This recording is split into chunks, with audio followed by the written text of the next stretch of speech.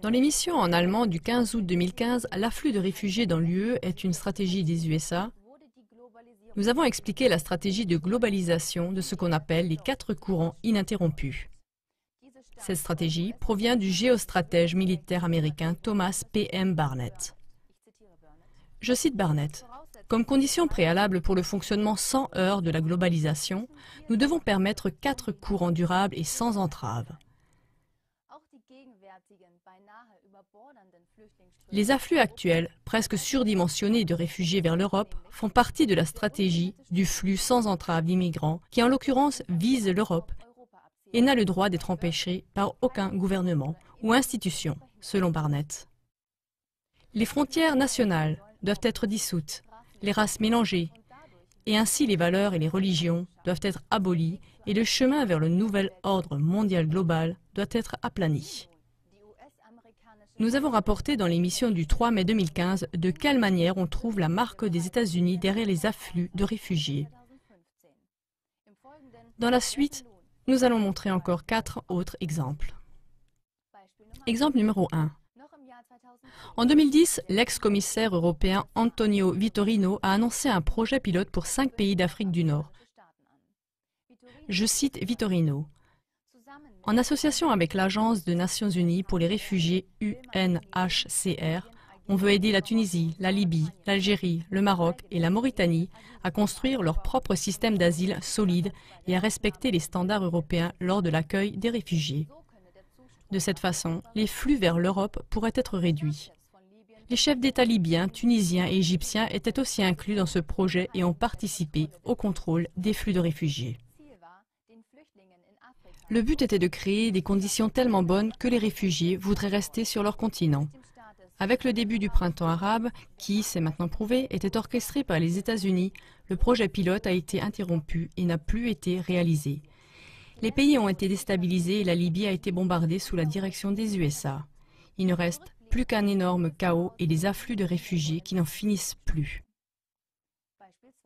Exemple numéro 2. Beaucoup de personnes en Europe se posent à juste titre la question de savoir où les réfugiés trouvent l'argent pour payer des sommes exorbitantes aux passeurs.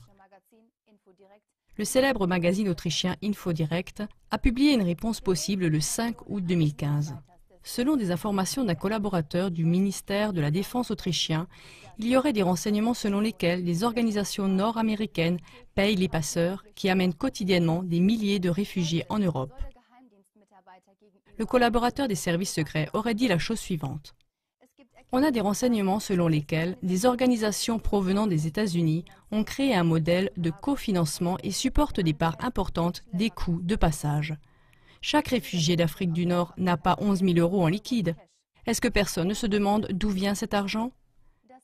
InfoDirect résume cela de la manière suivante. Les coûts de passage et les circonstances sont connus des cercles policiers qui ont affaire quotidiennement avec les demandeurs d'asile. Le soupçon selon lequel les États-Unis sont impliqués dans cette affaire, dans le sens d'un plan géostratégique, est aussi souvent mentionné. Fin de citation. Exemple numéro 3. De manière récurrente, des campagnes apparaissent dans l'espace germanophone qui appellent au trafic de réfugiés vers l'Allemagne ou l'Autriche.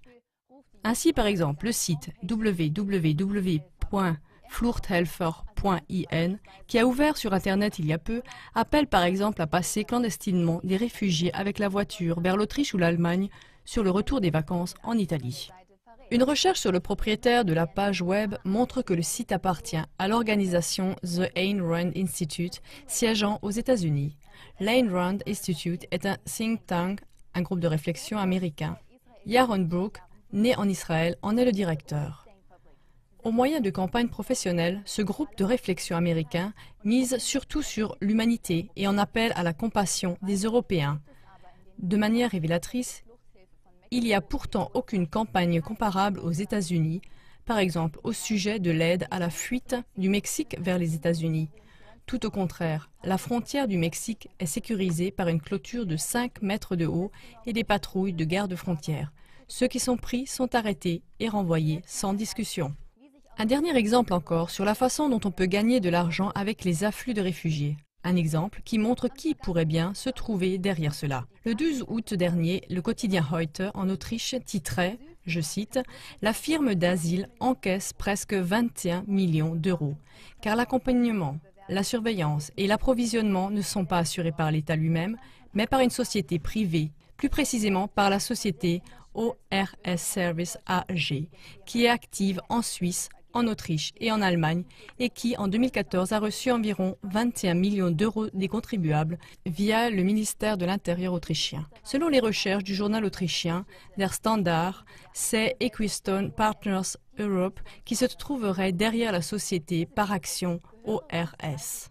Equistone Partners Europe appartiendrait à 30 investisseurs institutionnels et à la banque Barclays, qui est considérée comme l'entreprise la plus influente du monde, ainsi que l'ont prouvé exactement les chercheurs de l'École polytechnique fédérale de Zurich. Selon le magazine InfoDirect, Barclays se révèle être l'actionnaire le plus important de la banque privée active au niveau international, NM Rothschild, et est aussi dominée personnellement par la famille de banquiers Rothschild. InfoDirect dit de la famille de banquiers Rothschild qu'elle aurait des connexions avec le groupe Bilderberger et qu'elle appartient de manière incontestée à la haute finance. Le terme haute finance désigne un groupe qui a acquis du pouvoir politique à travers son influence économique et qui exerce cela en particulier à travers des banques privées. Selon des personnes issues de ces milieux, les deux groupes, Bilderberger et la haute finance, joueraient un rôle important dans la mise en œuvre d'un nouvel ordre mondial global sous diktat des USA. Chers téléspectateurs, on peut à peine nier la signature des USA derrière les afflux de réfugiés. C'est pourquoi il ne faut pas déverser son mécontentement sur les réfugiés, ni même se laisser monter contre eux. Cela ne contribuerait qu'à déstabiliser encore plus l'Europe et à servir les intérêts des tireurs de ficelles derrière la tragédie des réfugiés. Tout au contraire, il faut dévoiler les tireurs de ficelles américains et leurs collaborateurs de soutien, que ce soit les politiques locales, les médias ou d'autres organisations, et mettre un terme au libre cours du mélange des peuples. Et cela avec la même tactique qui est utilisée par les stratèges américains comme Ayn Rand Institute. En effet, il est dit dans leurs vidéos publicitaires, « Tout dépend des humains, car le changement est en nous, et nous sommes les personnes qui créent ces lois. Tout dépend d'une décision très simple. Avez-vous déjà choisi ? Voulez-vous une Europe dans laquelle toutes les identités, cultures et valeurs sont dissoutes ? Ou une Europe avec des identités et des cultures propres, dans laquelle la paix pour tous est garantie ? Avec cette pensée, je vous souhaite une bonne soirée.